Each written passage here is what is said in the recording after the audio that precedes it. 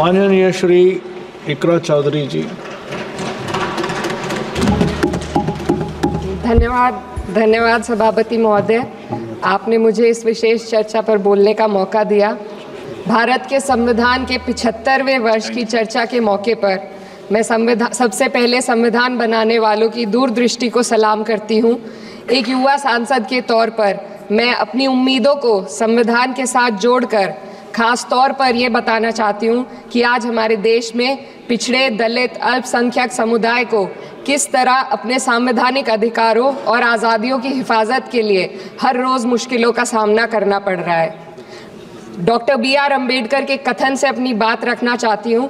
उन्होंने कहा था, मुझे अपने भारतवर्ष पर फक्र है कि जिसके पास ऐसा संविधान है जो लोकतंत्र, समाजवाद और सेक्युलरिज्म को संजोता है।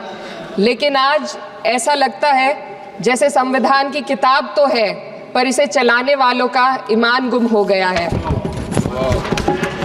आज हिंदुस्तान में हर वर्ग को किसी न किसी चुनौती का सामना करना पड़ रहा है, मगर अल्पसंख्यक खास तौर पर मुसलमानों पर जो कहर टूटा है वो किसी से छुपा नहीं है। ये लोग सिर्फ अपने मजहबी पहचान की वजह से निशाने पर हैं।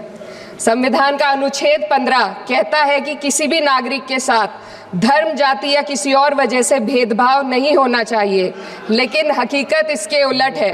हालात इस कदर बिगड़ चुके हैं कि hate speech, mob lynching, bulldozer द्वारा घरों को गिराने की घटनाएं आम हो गई हैं। खास तौर पर उत्तर प्रदेश में, जहां ऐसा लगता है जैसे कानून के नाम पर जंगल राज चल रहा हो। संभल में जो हुआ वो सबके सामने है। पुलिस के संरक्षण में निर्दोष लोगों की हत्या की गई और सरकार ने चुप्पी साध ली। अल्पसंख्यकों पर हिंसा बढ़ती जा रही है, मगर सत्ता में बैठे लोग या तो आंखें मूंदे हुए हैं या फिर इन घटनाओं को बढ़ावा दे रहे हैं। हद तो तब हो जाती है जब न्यायपालिका की बात भी अनसुनी कर दी जाती है। सुप्रीम कोर्ट ने मॉब लिंचिंग पर 11 सूत्रीय निर्देश जारी किए थे। इसमें साफ कहा गया था कि राज्य सरकारें और पुलिस इस तरह की घटनाओं को रोकने और दोषियों पर सख्त कार्रवाई करने के लिए जिम्मेदार हैं, लेकिन आज भी इन निर्देशों पर अमल नहीं हो रहा है। हाल ये है कि मॉब लिंचिंग को रोकने की बजाय सत्ता में बैठे लोग आग में घी डालने का काम कर रहे हैं। उनकी जुबान से ऐसी बातें निकलती हैं जो नफरत को और बढ़ावा देती है। ये अशांति अब इतनी गहराई तक फैल चुकी है कि हमारे समाज के धर्मनिरपेक्ष चरित्र पर गंभीर सवाल उठ रहे हैं। साल की शुरुआत में ही कई राज्यों में दुकानदारों को अपने नाम बोर्ड पर लगाने के लिए मजबूर किया गया। इसे सेहत और सुरक्षा के कानूनों का हिस्सा बताया गया, मगर असल मंशा कुछ और थी। ये कदम खास तौर पर मुसलमान दुकानदारों को निशाना बनाकर उठाया गया ताकि उनकी रोजी रोटी पर चोट की जाए। पिछले हफ्ते मुरादाबाद में एक मुस्लिम डॉक्टर को हिंदू बहुल्य मोहल्ले में घर खरीदने पर विरोध झेलना पड़ा। वजह बताई गई कि इससे मोहल्ले की सामाजिक शांति बिगड़ जाएगी। अब आप ही बताइए, क्या ये वजह सही है, जायज है?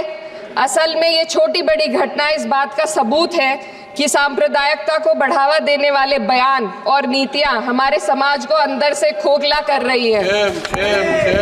उत्तर प्रदेश में यति नरसिंहानंद ने बेहद घटिया बयान दिया, लेकिन सरकार इन बयानों पर कोई कार्रवाई नहीं कर रही। हेट स्पीच न केवल जनमानस के विचारों को प्रदूषित करती है, बल्कि इससे अब संवैधानिक पदों पर बैठे लोगों को भी प्रभावित कर दिया है। अभी हाल ही में माननीय उच्च न्यायालय इलाहाबाद के माननीय न्यायाधीश ने ऐसे बयान दिए जिसका संज्ञान खुद सुप्रीम कोर्ट को लेना पड़ा।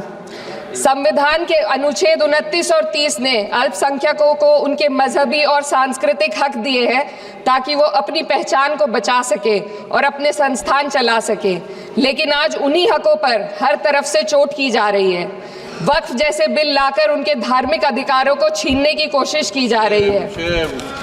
आज अल्पसंख्यक समुदाय को संविधान द्वारा दिए गए अपने बुनियादी अधिकार पाने के लिए लंबी लड़ाई लड़नी पड़ रही है। ऐसे कई मामले अदालत ने न्याय देकर संविधान की रक्षा की है, लेकिन अदालती प्रक्रिया में जो समय लगता है उसकी वजह से देश के सामाजिक ताने बाने को भारी नुकसान उठाना पड़ता है।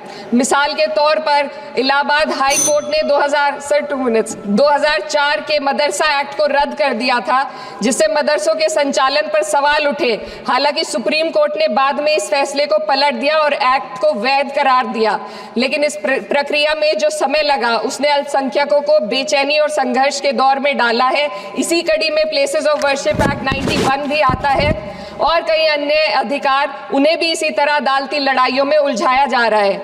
ये स्थिति न केवल अल्पसंख्यकों के अधिकारों की राह में रुकावट है, बल्कि justice delayed is justice denied जैसी कहावत को सिद्ध करती है। मैं इस सदन से दुनिया भर के अल्पसंख्यकों की आवाज उठाना चाहती हूँ, खास तौर पर हमारे पड़ोसी देश बांग्लादेश में अल्पसंख्यकों के साथ जो हो रहा है वे दिल को गहरे तक चोट पहुंचाने वाला है। उनकी जान माल की हत्या की जा रही है। बांग्लादेश हो या हिंदुस्तान हो या कोई और देश, अल्पसंख्यकों की सुरक्षा, इज्जत और अधिकारों की हिफाजत हर सरकार की सबसे पहली जिम्मेदारी होनी चाहिए। मैं इस सदन से अपने देश के अल्पसंख्यकों के साथ बांग्लादेश के पीड़ित अल्पसंख्यकों की आवाज को एक साथ उठाना चाहती हूँ। ये वक्त की पुकार है कि हम सब मिलकर ये सुनिश्चित करें कि किसी भी इंसान को उसकी पहचान या मजहब के कारण डर कर जीने पर मजबूर ना होना पड़े। जहाँ हक छीने जाते हैं वहाँ अमन खो जाता है। ये बात हर सरकार को समझनी चाहिए। अगर हम सच में अपने संविधान का सम्मान करना चाहते हैं तो हमें नफरत और भेदभाव को खत्म करना होगा। हमें ये दिखाना होगा कि ये मुल्क हर वर्ग, हर जाति, हर धर्म और हर समुदाय का है, और जब तक ऐसा नहीं होगा तब तक संविधान की आत्मा सिसकती रहेगी। सर, अपनी बात को खत्म करते हुए मैं एक शेर अर्ज करना चाहती हूँ। ये दाग दाग उजाला, ये शब गजीदा शहर, वो इंतजार था जिसका, ये वो शहर तो नहीं। लेकिन अगर इस सदन में बैठे हम सभी सदस्य ये ठान ले कि हमें संविधान के मूल्यों को लागू करना है और उसे लागू करने का प्रयास करें, तो वह सुबह जरूर आएगी जिसके लिए लाखों भारतवासियों ने अपने जानों की कुर्बानी दी थी। श्री हनुमान बेनीवाल जी, श्री हनुमान